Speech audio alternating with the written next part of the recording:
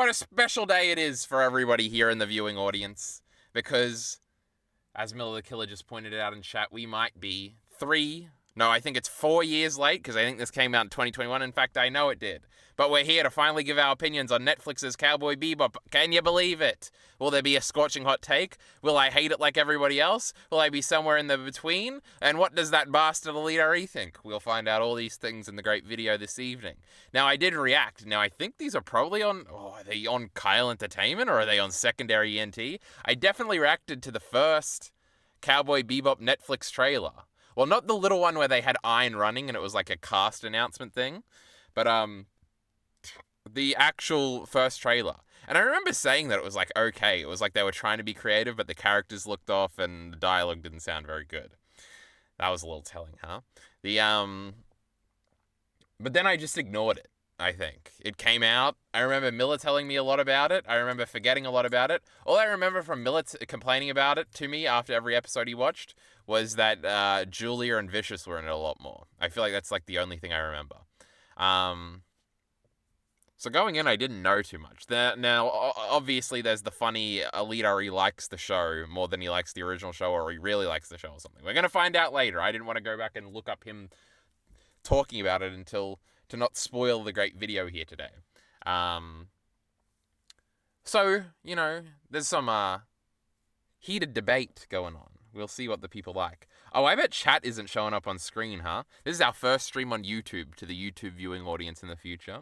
Chat is definitely not on screen, which means... But there is the live chat replay if you're watching this in a live replay, but if you're watching this as a secondary ENT upload, it's going to be useless, but I'm going to read them out to you, so that'll be great. Jarky Bacon just showed up. Jarky Bacon I checked in with today, only seen one episode of the show, said he thought it was fun, but never continued. Can you believe that? Where is Ari's camera? We hate Ari. We don't want his camera here. Did you choose low latency mode? I think I just did normal latency mode.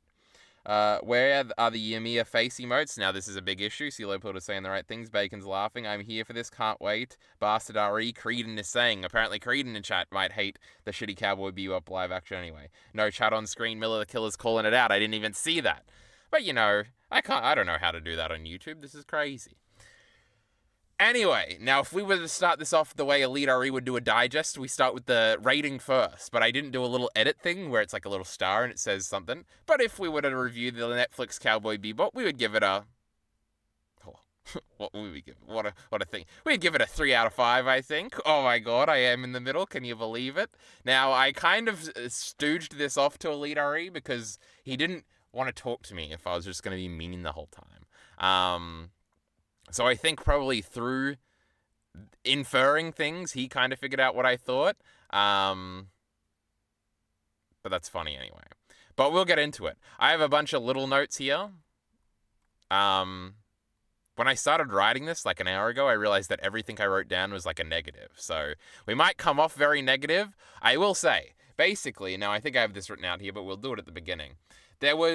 I watched episode 1, and then I don't think I watched another one for a week because I was like, oh, this is kind of exactly what I thought it was. It's cringy. It doesn't look too good. Everything about the show is different and not in a good way. No, thank you. But I wanted to finish it. And then I got back into it, and I think I watched episode 2 and thought about the same thing. I was like, ugh, who cares? And then, partway through episode 3, I was like, I don't know. This is kind of fun. Or something like that, and I was like, this isn't even hard to watch. And then I pretty quickly watched the rest of them. I watched the last 3 episodes yesterday. I will say, around the middle part, I do think the show peaks in terms of its enjoyability. The ending is not so good, I would say. But we'll get into more specifics specifically in a second. So those are kind of the overall thoughts. The biggest difference between the anime and the live action. Now, I think these are the things that stick out the most, and we'll discuss whether or not differences matter at all, etc., in this PowerPoint slide, I think.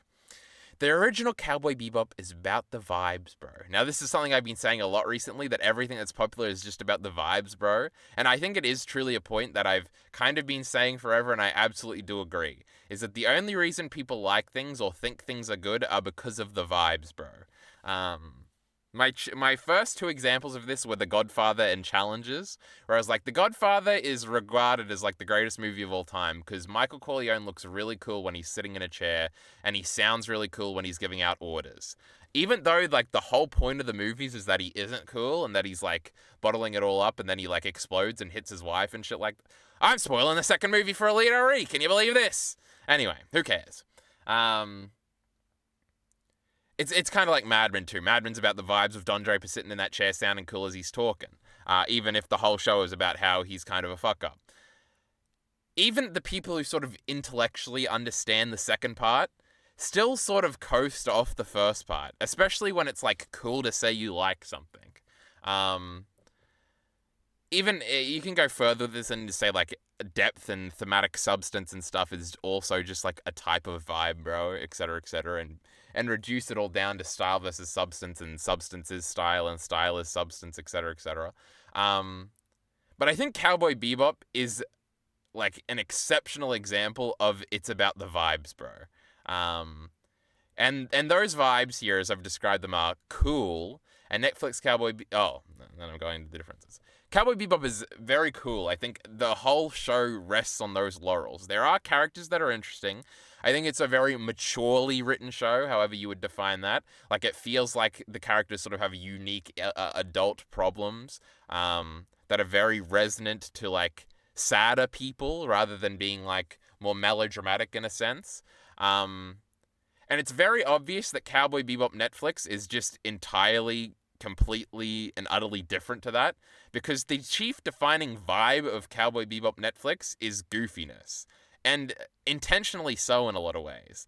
Now, it's tempting to sort of write off all the cringiness as just like, oh, goofiness, like, oh, you're too stupid to get the goofiness, bro. But I think they are two different things. I think there is successful goofiness in the show, and there is very unsuccessful cringiness a lot in the show. But I do think the difference is like a tightrope walk of like one what do you call those in angles? Percentages? 1 degree of difference, and you tumble over either side. I think I have it written down somewhere. Oh, yeah, it's here. Where, like, the two famous lines that everybody makes fun of that I did remember when I saw them were the testicles line from the one, I think his name is Santiago, who's, like, one of Vicious's, like, fellow capos or whatever, and they try to do the whole thing later on. And the black males line. The black males line, I think, is, like, just, like, a funny, goofy line. I don't think that one's that bad at all. The testicle ones is a little cringe, but it's not that bad. There are worse things. I think I even go into this here. Now we're talking kind of specifically about dialogue here. But a lot of Faye's, like, uwu quirkiness is, like, kind of the worst of the cringe factor. Another interesting thing, now I'm kind of tangenting on my tangent here.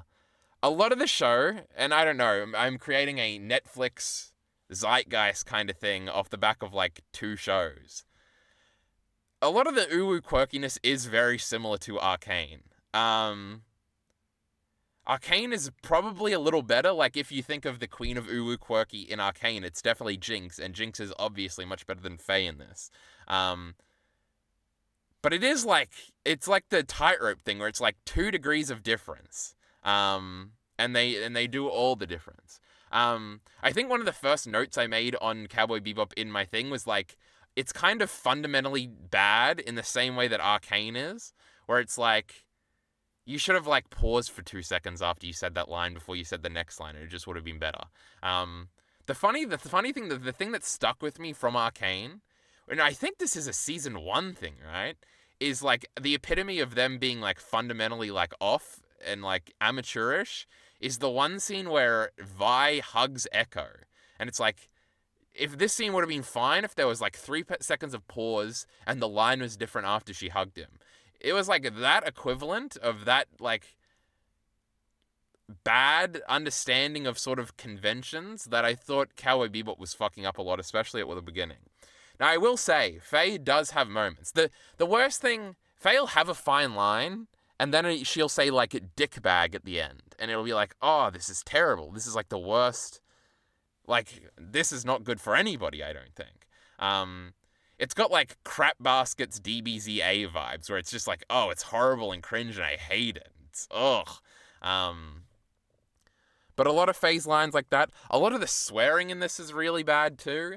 But I think I get into that in a different part of Changes, because at some points I think Netflix Cowboy Bebop is trying to be cool, and I think it is trying to be cool with like all the edgier stuff it adds from the original show. Like, Cowboy Bebop is really not that violent. There's not any swearing, I don't think, and there's one shot of Faye and Jet, Julia and Spike in bed, and I think there's also or is it Vicious? There's one of them, and there might be dueling shots, but other than that, there's like no sex in Cowboy Bebop. I'm pretty sure. Like, Faye looks sexy a lot of the time. But those are like the three big changes. But they also do kind of play into the goofiness. It's also like very interesting from a conceptual level of like, were the people that just made it very goofy, or do they think the original is very goofy, or did they just decide to change it? And no matter how it comes out, like, I think the show is fine, but it's pretty obvious from like a strategy standpoint that that's like a terrible idea.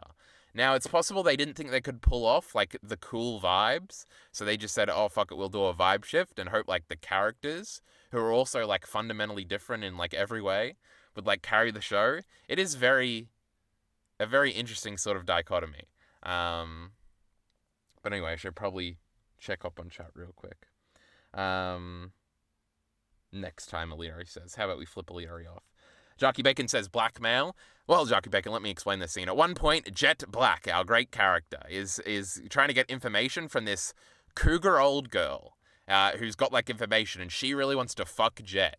And at some point, she's trying to hold them up for more money, and Jet says, "Is this blackmail you're doing? How could you do me like this?" And she like says, "You are black and you are male," and then she like grabs his butt or something. And this is like very cringy to a lot of people. I thought it was fine. I thought it was like intentional cringe, but even then, we're talking about the tightrope here, so. Anyway, no image on screen. How are we supposed to know what he's talking about? There is an image on screen. CeeLo Pilled. Unsubbed, unable to dislike anything. I dislike plenty of things. Just wait until we get to One Piece. A good chunk of the show is goofy, like when Spike fights the cowboy. That's true, but it's goofy in like entirely different ways, where the goofiness, like, because this is kind of the defining aspect. Spike is almost never goofy in the show. Even when he's fighting that cowboy, like, he might make a funny face or go like, "Gee willikers, what's going on here?" But he's always like very serious and kind of pissed off at that cowboy guy. There is goofiness, like, obviously Ed is very goofy, but I don't know if I would describe that as goofy. It is more quirky. Though what's really the difference between those two words? It just, like, the goofiness in Cowboy Bebop is like camp, edgy goofy. Whereas the goofiness in the original show is more like slapstick goofy. Or Faye saying funny things. Not Faye, fucking Ed. Me and the character names today, huh? Turn on the cool factor for the anime. The Cowboy Bebop live action had a lot of oh so random. It definitely did. Mr. Ghost Tav, who I don't think I've ever seen in a Twitch stream. Well, oh my god, we're just doing so well here on YouTube. It's definitely true. It does feel oh so random. But again, like, Jinx in Arcane is kind of the quintessential example of, like, even those lines are cringe, but it's about delivery, I guess, in a sense. And they are very good. Like, all those Jinx parts were, like, my favorite part of Arcane.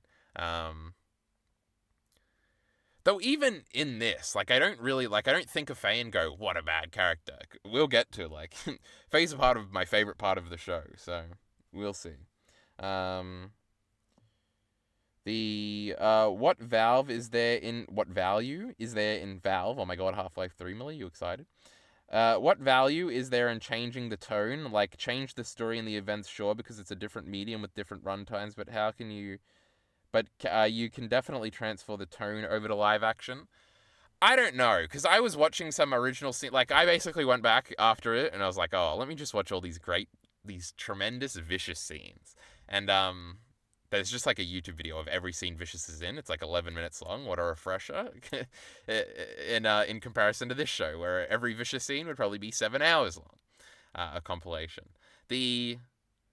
God, the line, like, I feel like only that exact delivery of those lines would cross over. Like, later on when Vicious has the scene where he's killing all the elders, I was waiting for the Tears of Scarlet line, and I was like, could they do it? And I was kind of waiting for it. I wanted to soy out for it. And then they just didn't do it, because it's his fucking dad or whatever. The But, like, there's no way. Like, especially those lines. Like, when I think of Cowboy Bebop, I think of the cool vibes, and a big part of the cool vibes is the lines.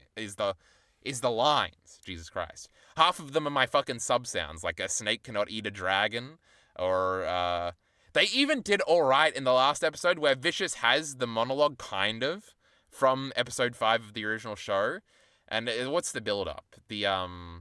Do you have any idea what you look like right now? You look like a ravenous beast or whatever. And even that part was okay. And even Spike's line in the show of like, oh, I've let all that blood away, that was okay. But then why are you still alive was terrible. And I was like, oh, they were so close. And why didn't he just yell it? Because especially in episode 5 of the original show, like, that is like the one line in I think the entire show where Vicious is like not cool, calm, and collected. Also, that aspect of Vicious is so interesting, whereas defining... I'm not going to try and, like, dick suck the anime too much, because we love it. And me and Jockey Bacon have been talking about doing it for a re-review thingy recently. But Vicious is so cool because he's, like, an enigma, and, like, you don't really know anything about him. But, like, his motivation is, like, that of, like, a teenage boy, right? Like, Spike and his girlfriend tried to run away, and now he, like, wants to kill everybody and hates life. But his other defining feature is that, like, he just wants people to be vicious all the time, Lamau. Like, he kills Mao in episode 5 at the beginning, because he makes, like, a deal with a different syndicate. And he's like, oh, you've lost your fangs or whatever, you've got to die. And same with the elders, like, they value tradition more than they value ruthlessness or viciousness. And that's why he's mad at Spike in that one scene where he says, then why are you still alive if you're, like, not a beast anymore? Like, all that's very interesting. I don't even remember what the beginning of that point was. Oh, it's how those lines, I don't think you can do those lines in live action and make them good. Like, if you even try to recite them to yourself, you're like, then why are you still alive? To yourself, it's always going to sound bad. It is significantly difficult. I do agree that, like, changing well, I don't know, changing the tone could have been good if the show was better. But yeah, it's obviously a very weird decision. What does a bad or even below average piece of media even look like to you, Lamau? Didn't I give something like a 2 recently? I'm trying to remember. I was shitting on something recently, but I can't remember. What do I even think is bad generally? There has to have been things in the past. Even Vinland Saga, when I shit on that for the anime, I still gave it like a 6. I don't know if this is a change thing. I feel like I used to do that a lot with where I'd be like, Rogue One is the worst movie ever or something. I can't even remember what I traditionally hate. But I don't think hating things is very good, so I've just improved so much. Are we streaming on YouTube permanently? Probably not. We'll see. The whole time I was watching the show, I was wishing I was rewatching the original. It definitely gives you the draw of that. I guess I was curious. Curiosity gets you through a lot of things. But whatever. Sure. Where was I up to? I think the parameters, the show... What the fuck? I think this permeates. Oh my god, what a great word. The whole show and all of the character changes. I don't know if I need to go over all the character changes. Like, they're all very different. Faye probably chief. Like, Faye isn't very goofy in the original show. She's like... I would say all the characters are, like, goofy.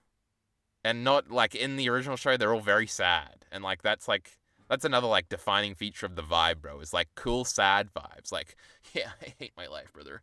I want to kill everybody, brother. And I'm gonna sip this cool little drink here and smoke a cigarette and look out the window of the Bebop and see my reflection in it. And I'm all sweaty from working out. I'm Spike Spiegel, brother. And, but I just wish I could be with my girlfriend. It's like, oh, it's, like, relatable. They're, like, cool and sad like me. Like how I think I am. Whereas they're, like, goofy and, like, then, like, upset at things. But the things they're upset about are, like Jet's whole thing is, like, oh, it's, like, suburban angst. And it's like, well, this isn't as cool. It's okay for what it goes for still. 3 out of 5, etc., etc. I told you my write-up was increasingly negative, and Miller still wants more blood. All the characters are more different and cartoonish. I don't know. I feel like that's the defining difference. Vicious, they tried and Julia, they tried to flesh out to have them be bigger parts of the show, to probably try and have the show have more of a narrative arc.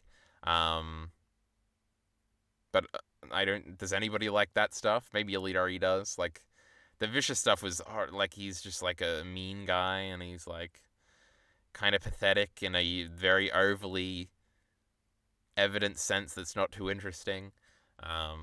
Julia is like ditzy and not really cool at all. When she's like really cool in the original because she's like very mysterious and stuff. God, the Faye and like everything about those last like 4 episodes are so good. I think it's 3, right? I can't even remember what the 4th to last episode is. Like Faye and Julia just meeting for like the first part of that episode, and Julia like being so cool, but like Faye's line later about how like, oh, she's really not that special, and that's like the point, because all these boys just be hung up on unspecial women at Lamau. But even Faye has the line like, she was the ordinary kind of beautiful that makes them fall in love or something. And it's like, it's kind of contrast Faye being like overly sexualized and like a femme fatale kind of character, but she's like not really cool. It's pretty cool, bro. But anyway, they meet and it's just like weird and stuff. Also, another thing the show does is they like ham-fist all of the characters into all the stories, which again is like fine. It's just like, obviously there's the comparable aspect of like everybody's like problems in the original show. That's kind of another defining feature of the cool but sad thing, is that like all of Faye's problems she doesn't share with anybody. Like, even a big example of this is like when they do the Go Me scene, which that was another one where they tried to do it basically 1-for-1, and it's just like kind of cringy because I don't know, anime has this like anti-cringe alias sometimes where it's like, I don't know why it works, but it just works, and it's like the same thing, but the girl is just probably not, her voice is bad, and it's just kind of cringe. Actually, I was kind of into that scene, and then they did the close-up shot of Faye crying, and I was like, oh, this doesn't feel earned at all. This like ruined the scene. I remember that specifically. It was very funny. But in the Go Me scene, like they have the thing, like at the end, what an incredible episode. This is just, my last point here is about how we shouldn't be comparing things, but this is just reminding me of Cowboy Bebop, and I want to bring it up, the original show. There's like the whole episode is like this wacky journey through like a sewer and finding weird otaku dudes that have like old CD players, but when they just have one on the new shit, which is funny. And it's like, oh, it's like this grand adventure to find the player so we can watch Faye's thing. And then like, you watch it and it's just like Faye, like everybody's like speechless because they can tell it's like a really sad thing and nobody says anything, and Faye's just left there to watch it.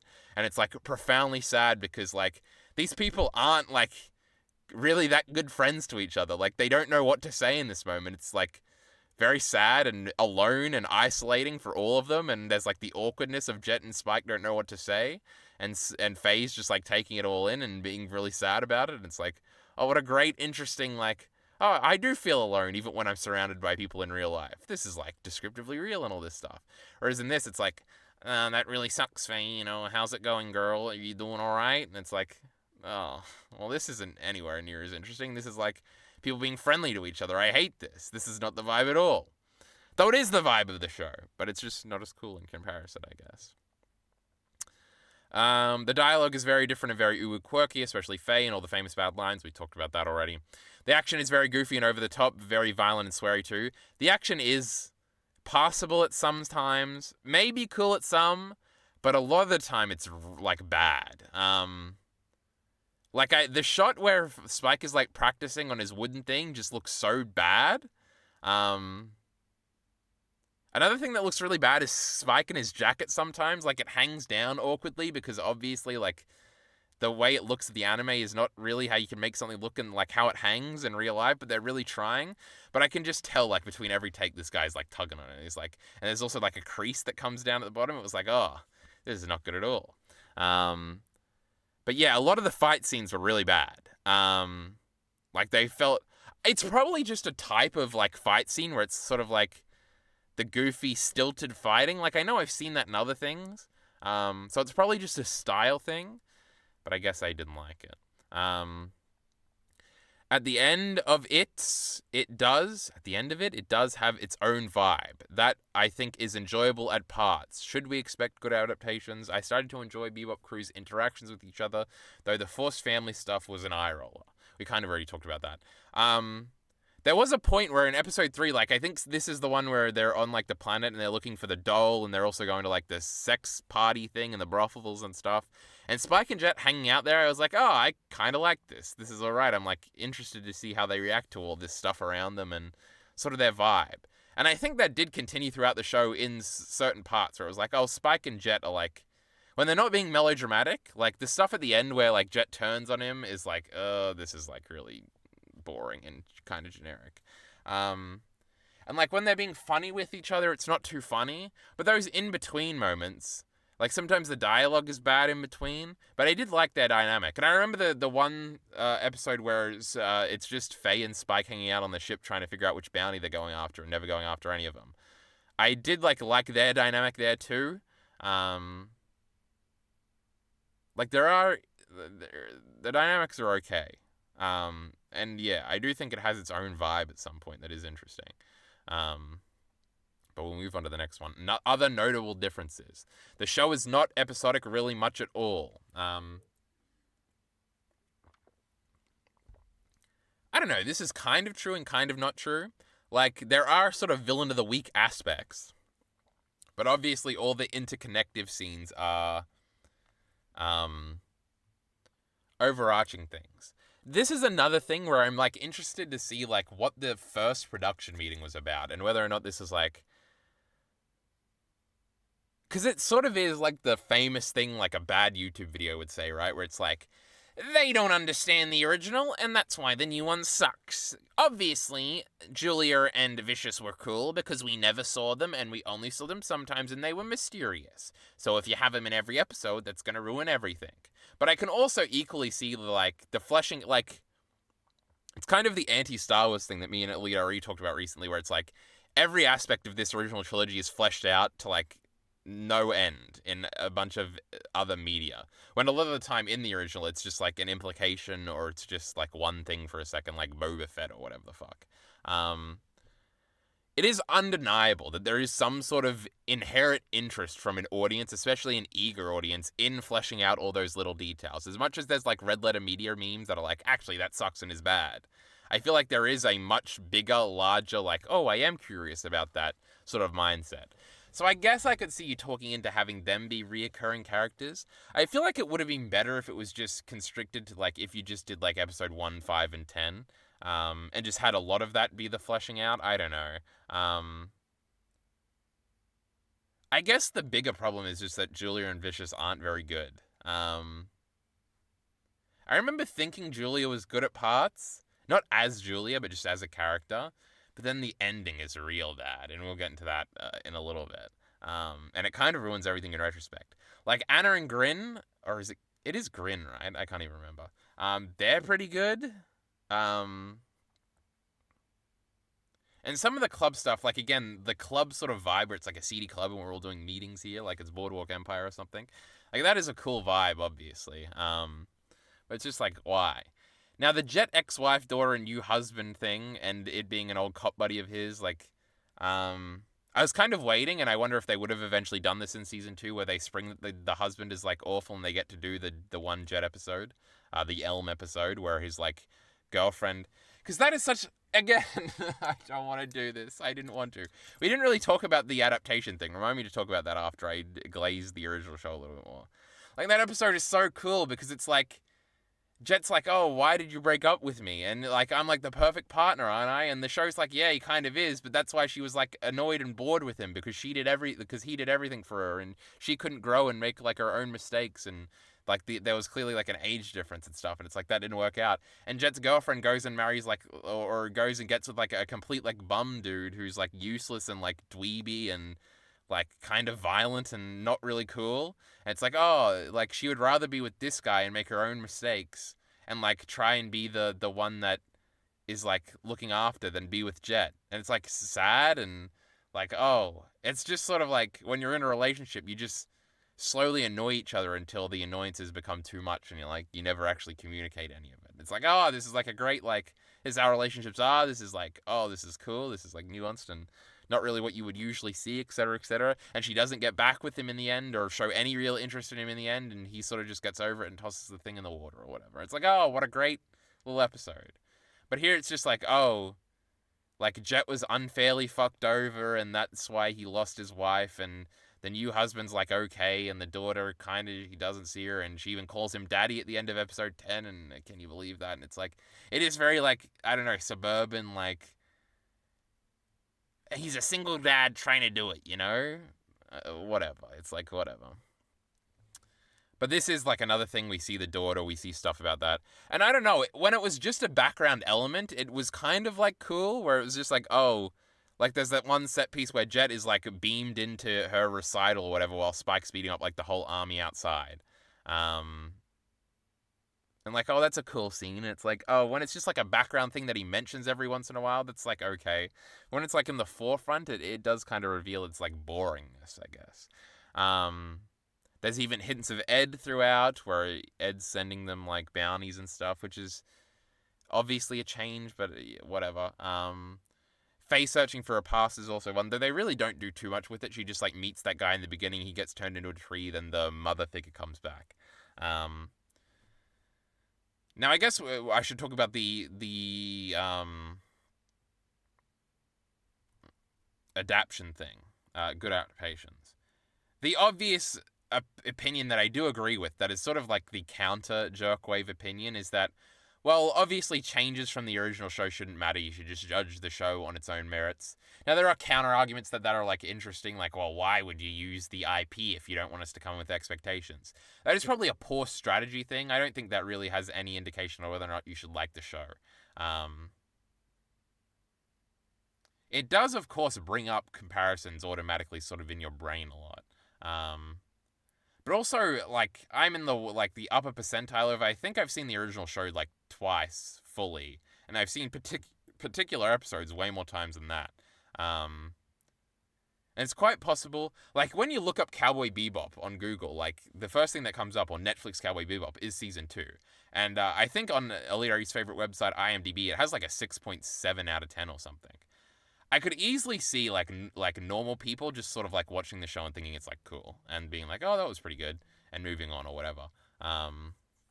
Obviously it's very hated in internet like review spaces, but so are all those like Disney live action things, and people love those because live action is real and anime is fake and lame.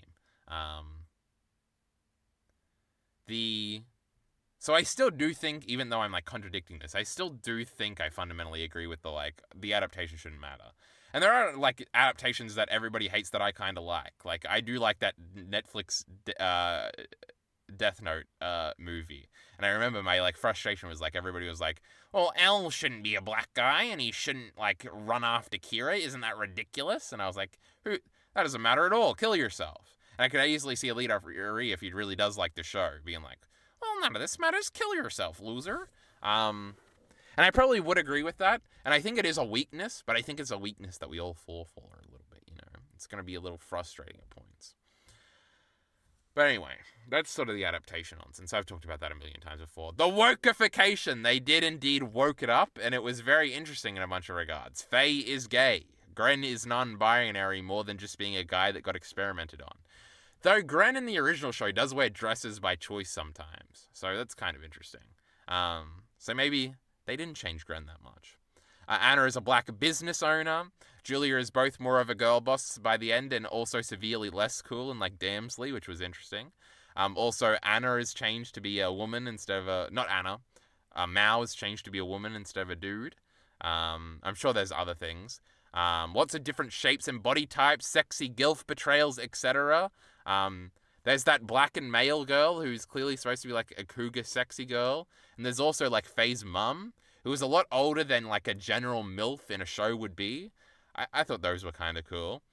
Everything's much more sexualized too. Naked people, Julia and Spike sex scenes, etc. I think they make it all fit very well, especially in the more gritty, seedy vibe they had going on. So basically, I think all the woke stuff is pretty good. there is that, I think it's episode 3 again, where they're going to like those sex clubs, and I'm like, oh, this does fit, I feel like, in the world they've created here. So I think all these things fit in.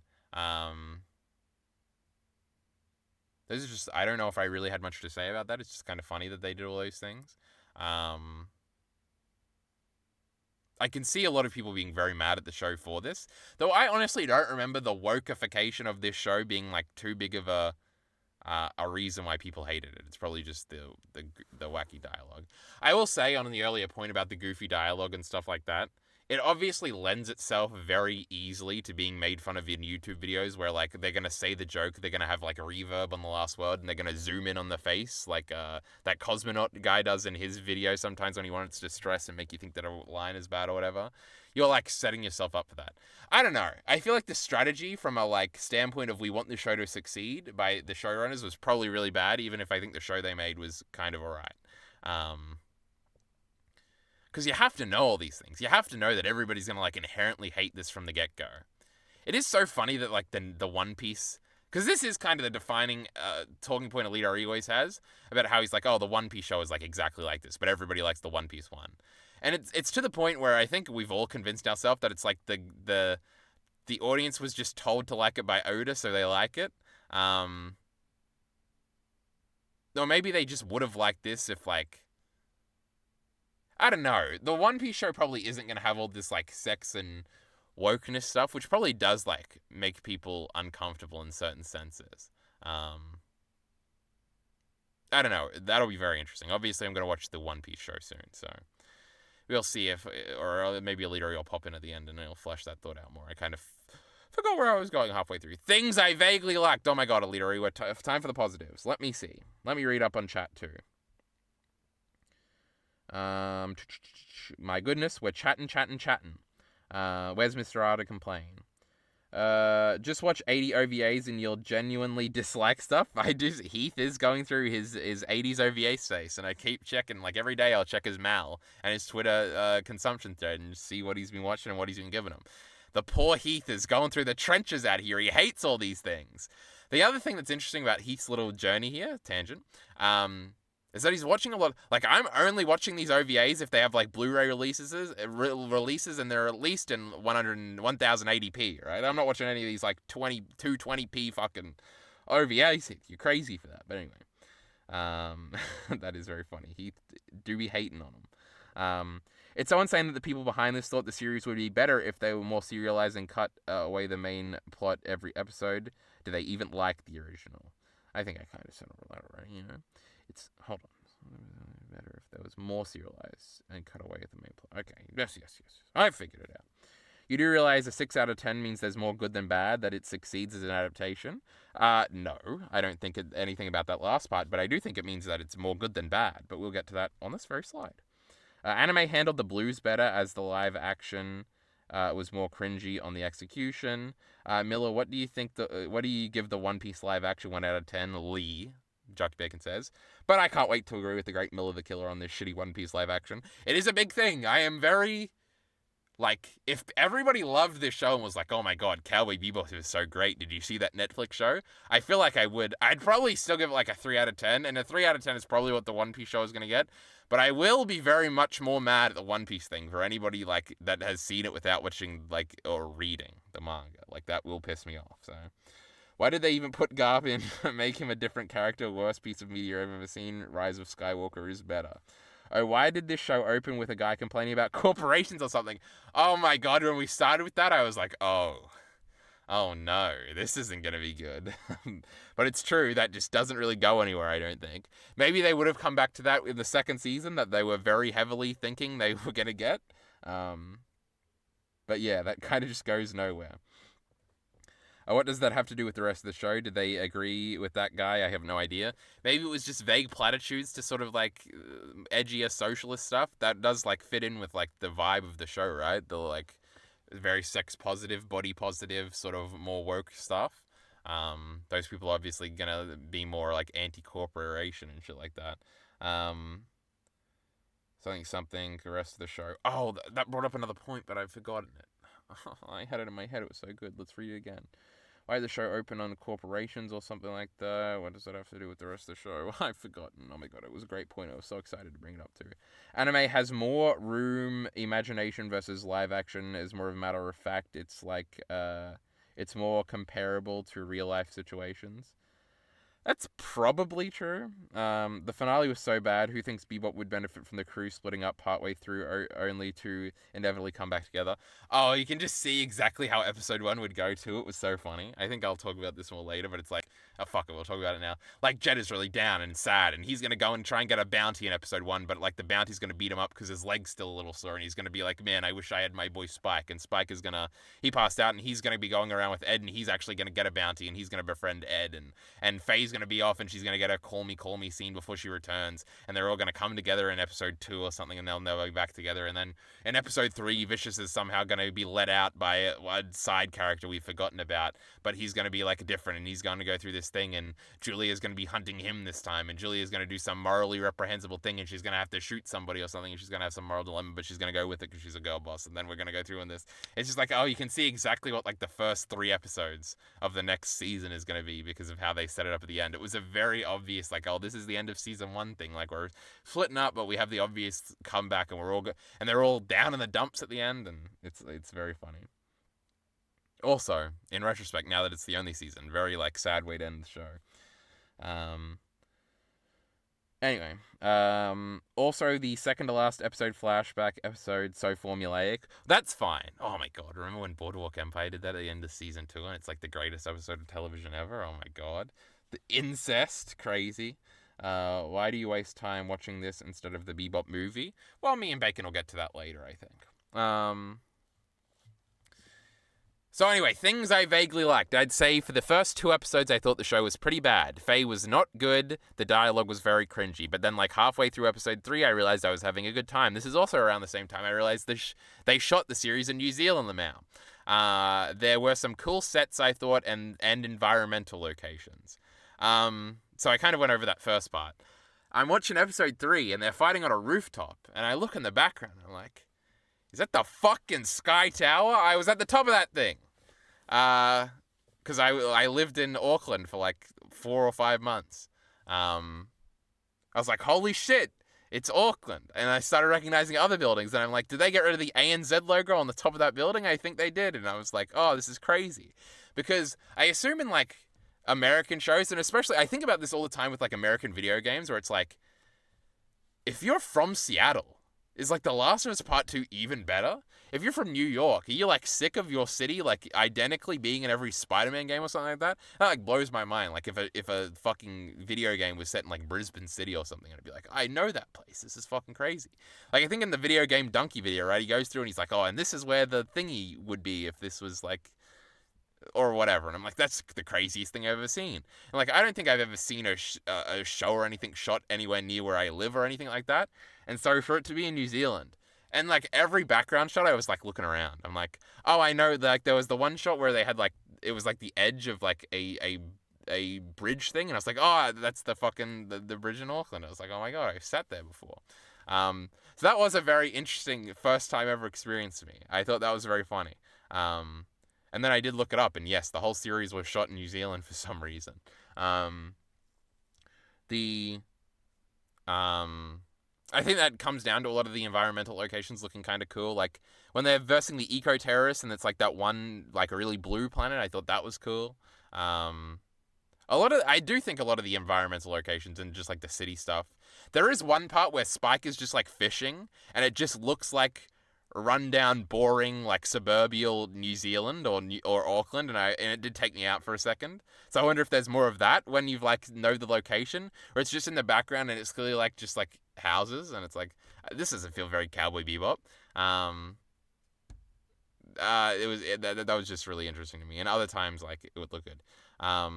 There is obviously a thing where the show looks cheap in some places, which I know is a thing. Because I read a few reviews, I watched a Critical Drinker video, and I watched a part of a Cosmonaut Variety video on this just before we started, just to see like what the general criticisms are. And they're all about what you expect. They started like the first 30 seconds of the Mother's Basement video, everybody. Very cool. I think there is a Trixie video about it too that I'll watch at some point. Maybe on our next stream. Cheap plug. But yeah, so that was at some point I just started liking watching the show, which is a very big thing because usually even stuff that I really like, I don't like the actual experience of watching it. But I also had that with you a lot, so I don't know if it's like these Netflix pulpy like shows that I'm just curious about that lend to good experiences watching, I guess. Also, the episodes are relatively short, so that's okay. I thought episode 6 was unironically great. The Faye love story with the mechanic girl was sweet, and the fact that they let it end nicely was very surprising to me. Seeing Spike and Julia on screen together for the first time was interesting too, even if that wasn't paid off the best later. Oh my god, this Faye and like mechanic girl thing was like unironically a 5 out of 5 storyline. I was like, this is great.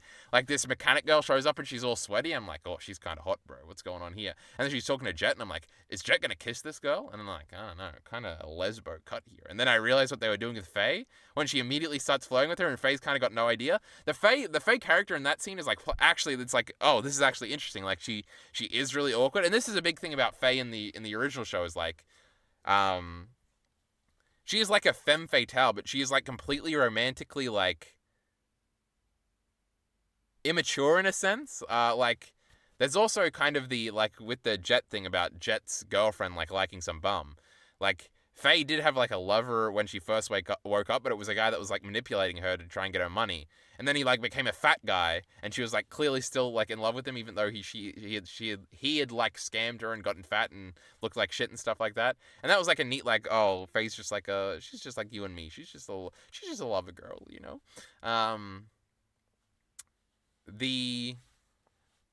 But in the show, sort of adapting that as her being just sort of like unaware and sort of her arrogance melting away and all that stuff, I thought was very interesting. And like how she initially reacts to the flirting is like interesting. That we do cut to like them just post coitus, and it probably would have been interesting to see that a little bit further before that.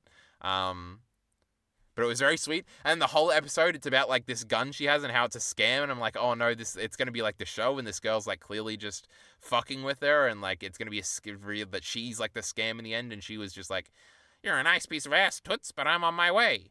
But actually, they just like leave. And like, they're like nice. And obviously she would probably come back in like season 2 or something. So I was like, oh, this is actually like just a nice, sweet little storyline. And I was like, this is great. And obviously it's a love story. So I loved it. And I thought it was great. And I don't know, it just sort of fit that Faye was gay, she was a little weird the whole time. And this is the episode after her and Spike are just hanging out on the ship, and I was curious if they were going to hint at any Spike Faye stuff, which the show kind of very lightly does at times, but very importantly never actually leans into it all. And it is always like a very interesting thing, especially Faye's like plea to him at the end, whether or not that's platonic or whatever. And whether or not she's kind of like, oh, just love me, even though Julie is dead and we can like keep doing this or whatever. And also they're just like the lead boy and girl, so you're like hunting and sniffing inherently for any hint of them being together or anything like that.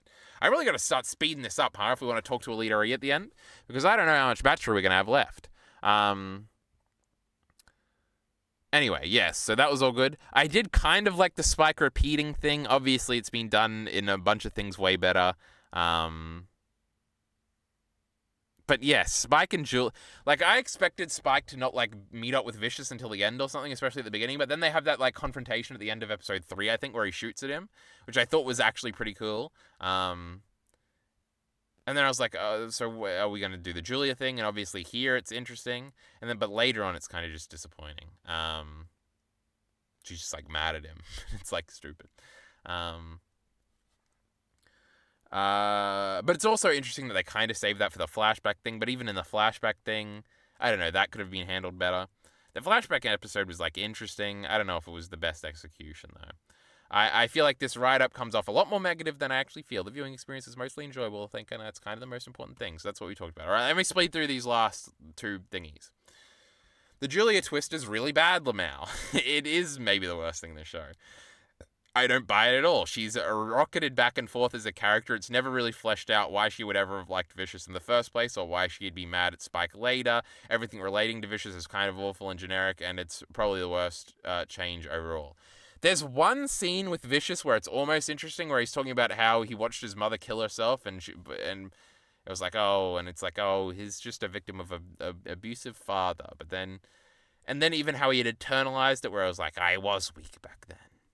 I don't know, him sort of vulnerable in the like, obviously it's like Vicious is supposed to be like the cool guy, so to make him pathetic is like supposed to be like inherently interesting at the beginning, like when they try to make him kill Julia, but then that's sort of like a recontextualized into being the father-son thing.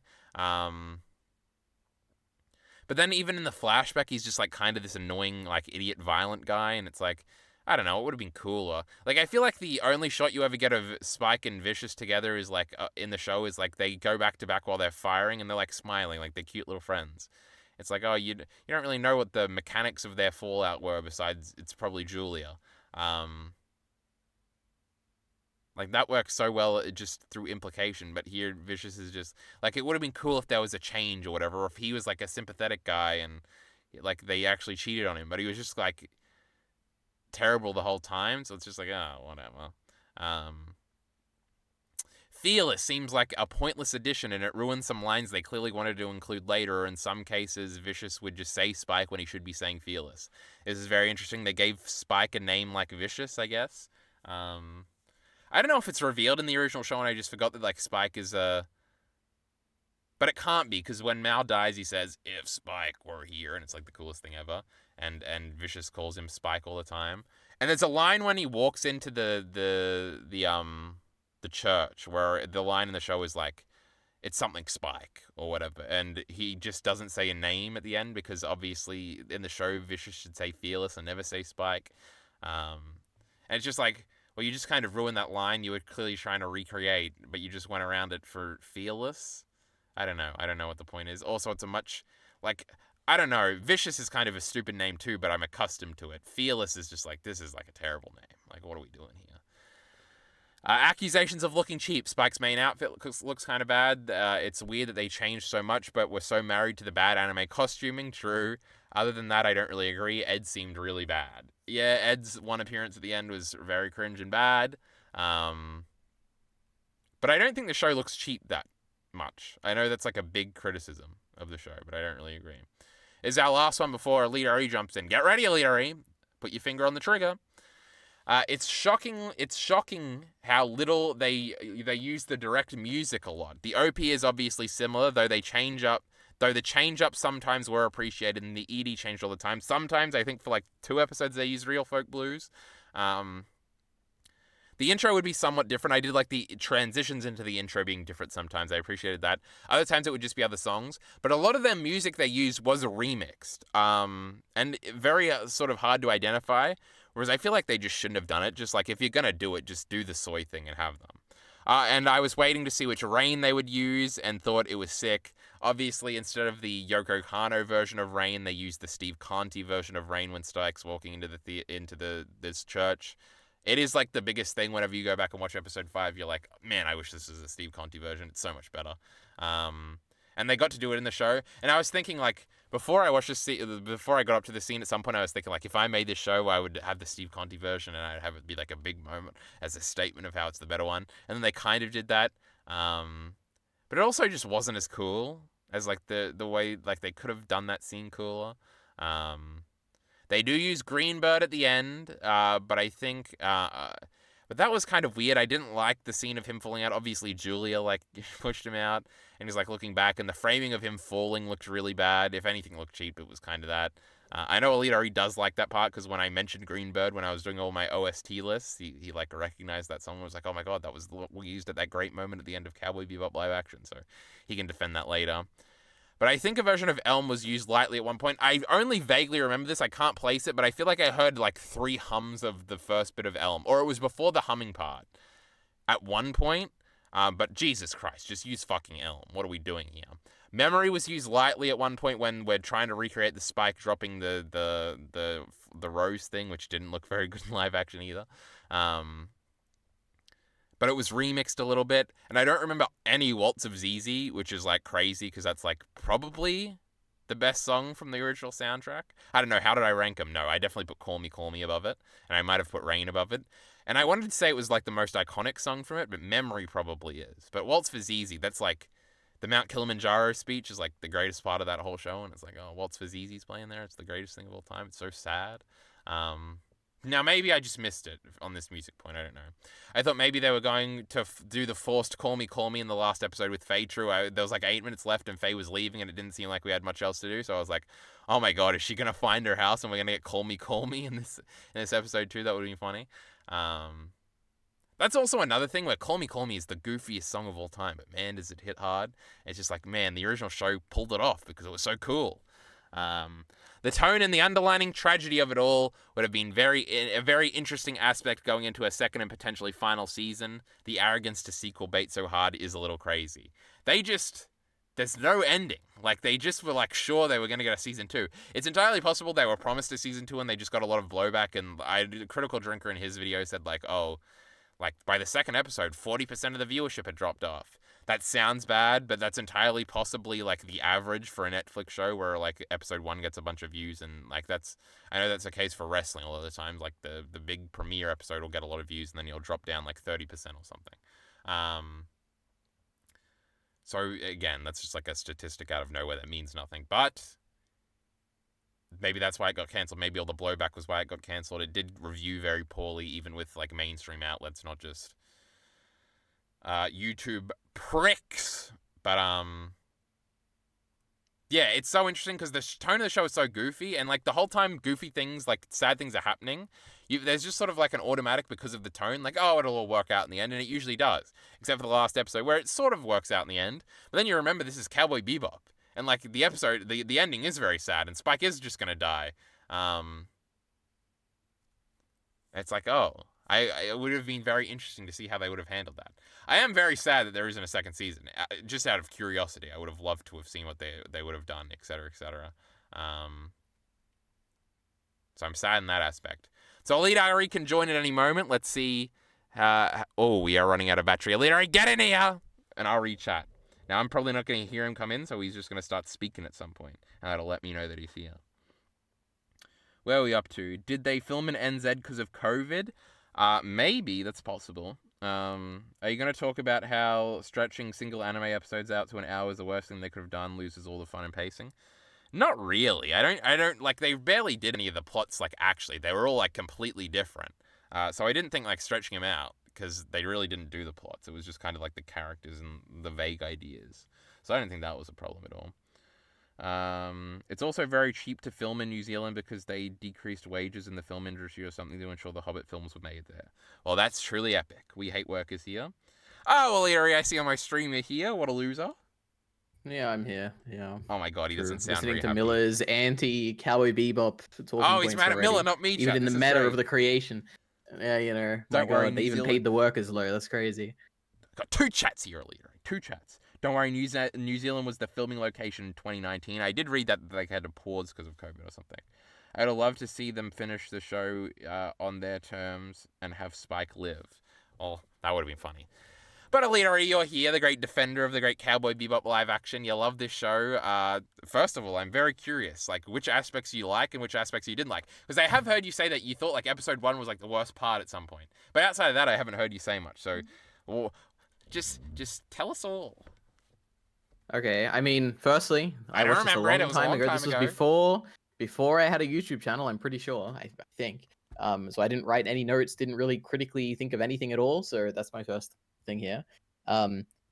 Secondly, yeah, I agree. I think I remember watching the first episode. Firstly, I remember being excited for it, and I was like, "Oh, this trailer looked kind of cool." And they have Wait, like, you the have opening seen the that's, original, like, kind of right? like the real opening or whatever. Yeah, I've seen the original. Okay. It was like maybe the second or third anime I ever watched. Oh, I should know that from your I remember video. thinking it was like, yeah, it was like okay. I was like, oh yeah, I like enjoyed this. It was pretty good. You like the so I'm not like a big Cowboy Bebop fan better. or anything. Yes. I think generally probably, or I enjoyed watching it more. But the what was I saying? Oh yeah, I watched the first episode after being excited. I was like, that was like pretty bad. Like, why would I watch this? Like, what is the point? Like, I remember thinking it was like really similar to the show, but like worse in like basically every way. And I was like, oh, I don't get what the point of watching the show will be. And then I watched like the rest of it, and it kept diverging basically, and they kept adding like all these storylines that at least I didn't remember, like some new kind of stuff with like Vicious and I don't even know what else. Like even Faye, I think, had some new stuff. And I was like, this is actually kind of cool, and I really liked it. I think I had a similar thing to you, which is that it's like it feels to me like they probably made the worst possible choice in like how to adapt something, but I think the end result is like something enjoyable that I liked watching. Um, yeah, I don't have any. I remember, yeah, I don't know what I would think this compared to like stuff I've seen these days, for instance, with more recent stuff. Even compared to like the One Piece thing, I have no idea. I'd want to rewatch this to judge it, but um, it was good. Yeah, like when I Epic. think back, I have like a few things that I do remember liking a lot, just like random scenes that came to mind. Um, the one that I remember the most, and maybe you can tell me if this, I think it's like, I don't know, episode 2 or 3 or something, but it's when Faye is like, she's like, I want to live or something like that. And she's like crying and stuff, and she's in a ship or something. Do you remember that? No. Okay, she's like, it's the one with the eco terrorists, I think, and they're like turning people into Oh trees yeah, or I think whatever. that's episode Um, 4, and yeah, she does turn back to like save him in her ship, I think. oh, is that what it Um, was? Okay, yeah, I remember almost crying when I was watching that. I was like, I'm so invested. This is so good. So I guess by that point, the show already won me over. yeah, I think that's I don't episode remember why 4. though, but Um, yeah, it was wait, what a so great ending to an episode. if you were doing a little digest thing and you had to press the over key here and pop up the little score thing, what would you give it?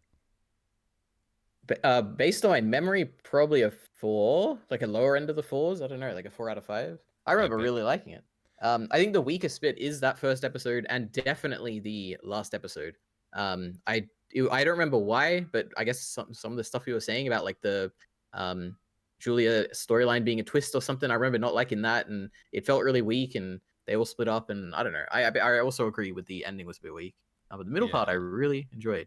There's also like Jet's daughter gets kidnapped to do the thingy, and it's like, oh, okay. So all the plots Yeah, sure. converge, whatever you know. Converge, yes. Shut up, O'Leary. The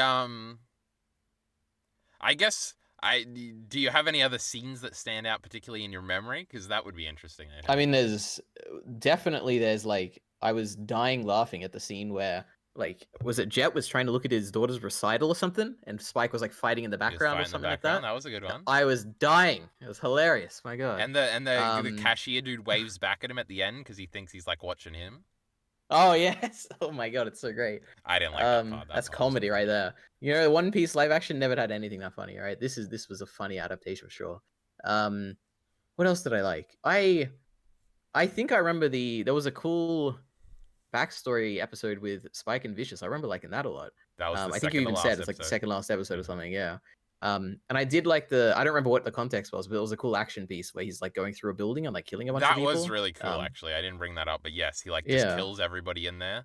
Um, that was really Yeah. cool, and it was like, oh, Spike can do that. I will say at the beginning of the show, it was like, how much can Spike do? Can he just like beat up all these guys, or what's going on here? Because obviously in the show at the end, he runs up that building and just kills everybody.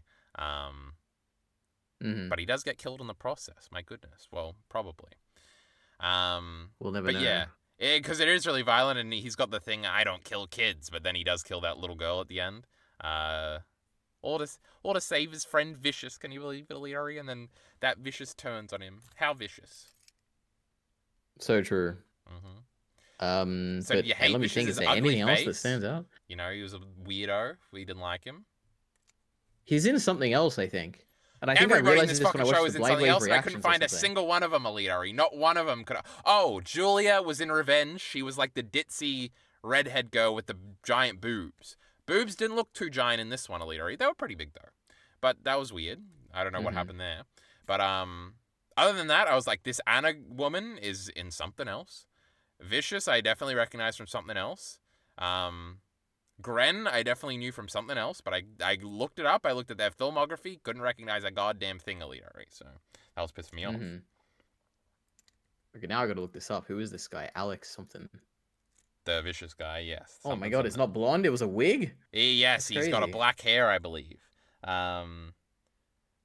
Just quickly, Miller the Scylla, a very funny comment here says, "I want to live," famous Cowboy Bebop scene. Alidari, that's funny because that's a One Piece scene. Is it? Yeah, I don't so it's remember. a very famous One Piece scene. It's not in the live action. It'll be in season like 4, Alidari. But don't worry, you'll be caught up on the anime by then. Or you'll drop that shit after 3 miserable episodes. You know, that shit's boring. Yep.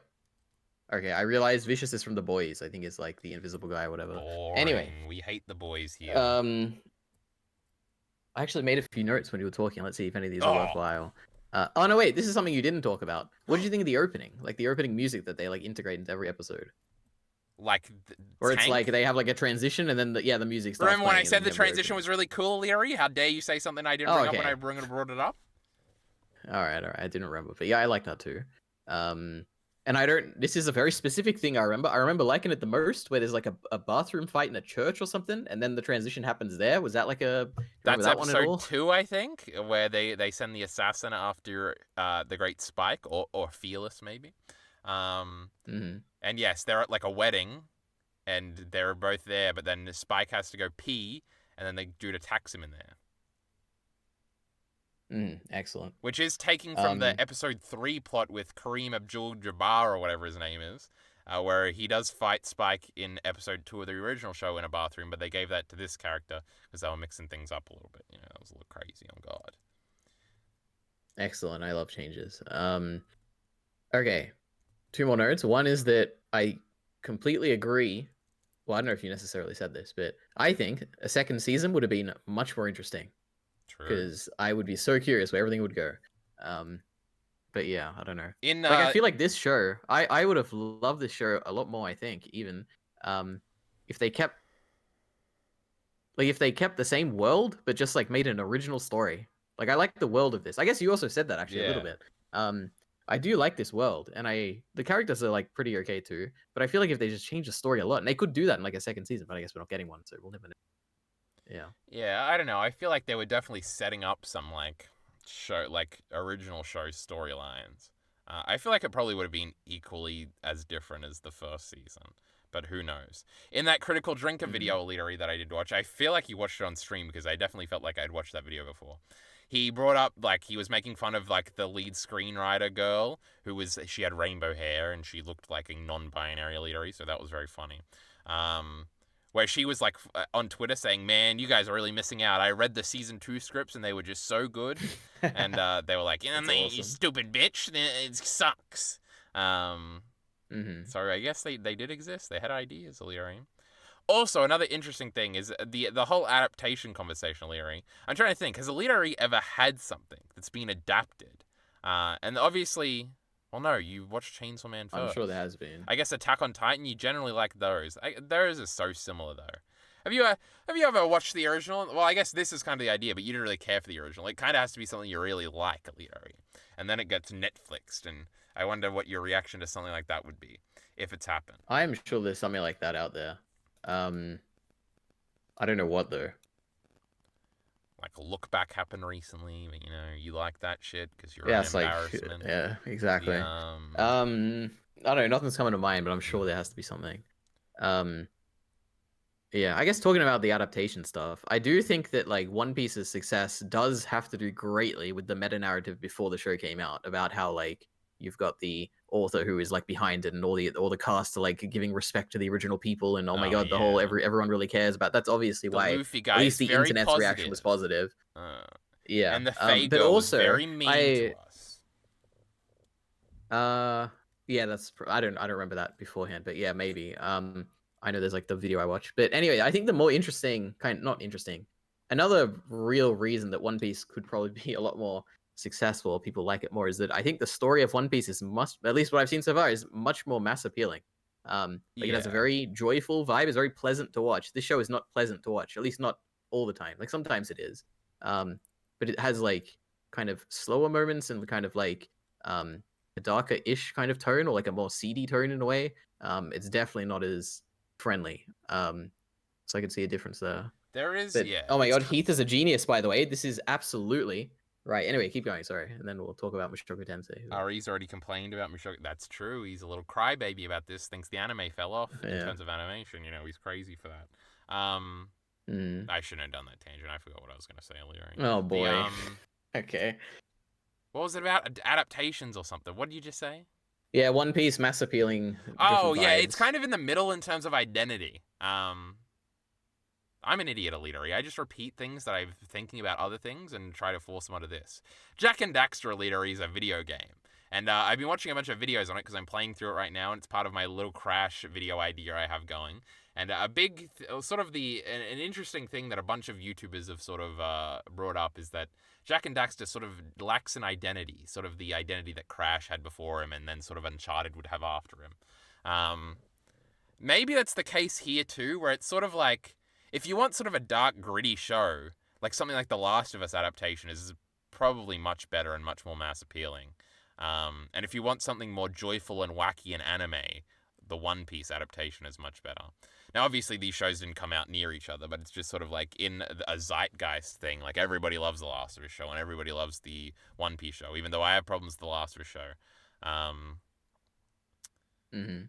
Because I feel like it reminds me horribly of another, like, space show where you're, like, journeying around having wacky adventures.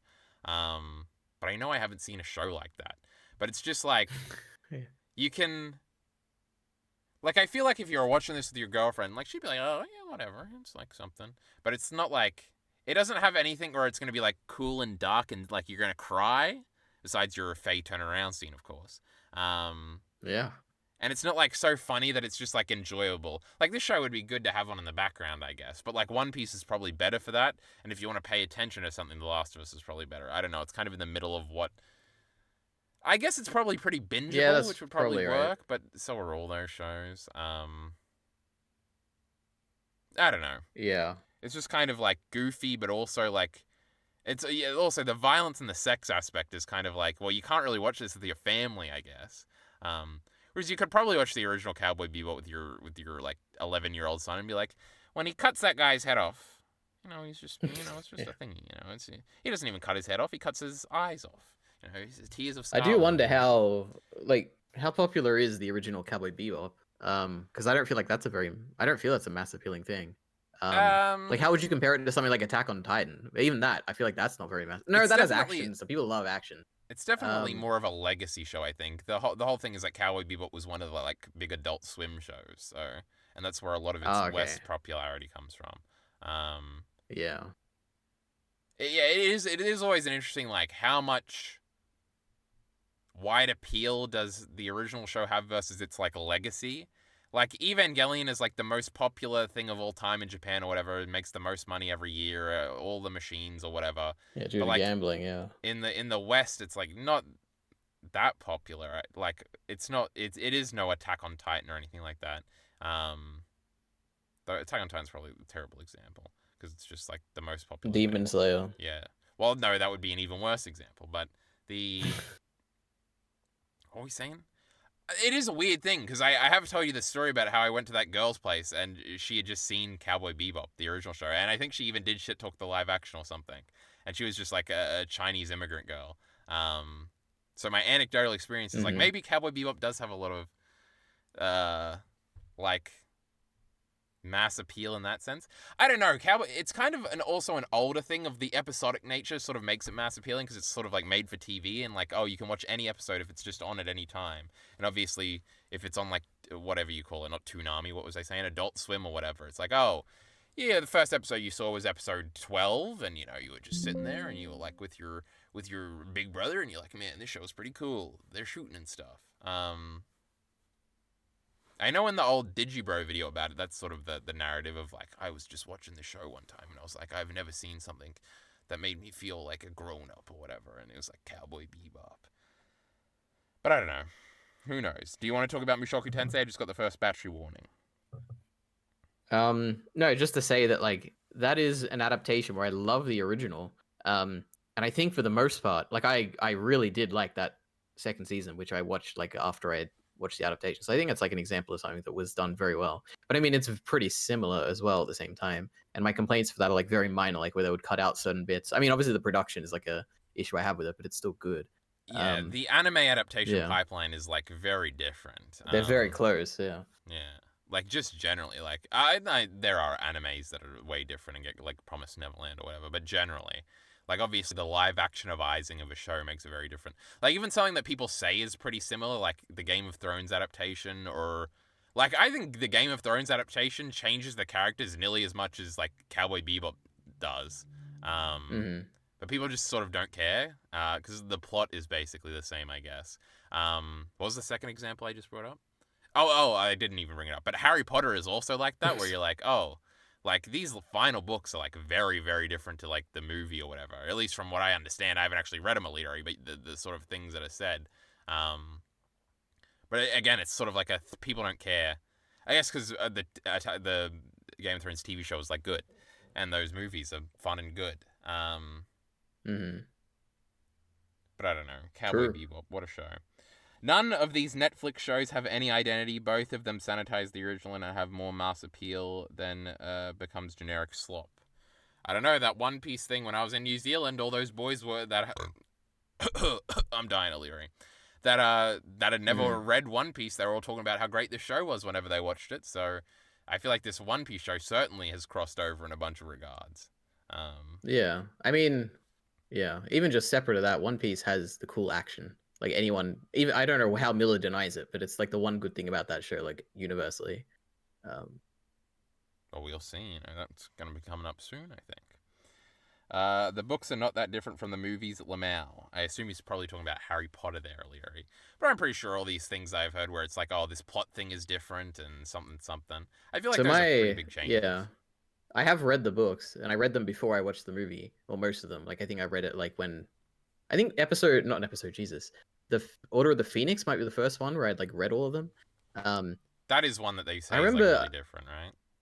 I don't remember. Like to me, they feel pretty similar. But also, 'Cause the it's like, biggest change I feel like was in the first half of the Deathly Hallows, like the part one. I don't yeah, know why I that's remember another just one. thinking this is like quite different. Yeah, Because I but think all the people say others to Half me Blood kind of Prince felt is like almost like very much the same. Though there's like parts at the end that are very different or whatever. The well, there's like yeah, like Dumbledore apparating out of the Hogwarts or whatever. It's like oh you shouldn't be yeah, able to do that. Stuff yeah. like that, like small. I remember stuff like that bothering me, but not There's like like big things. I don't know the Order of the Phoenix stuff that I remember from the a million videos I've. Oh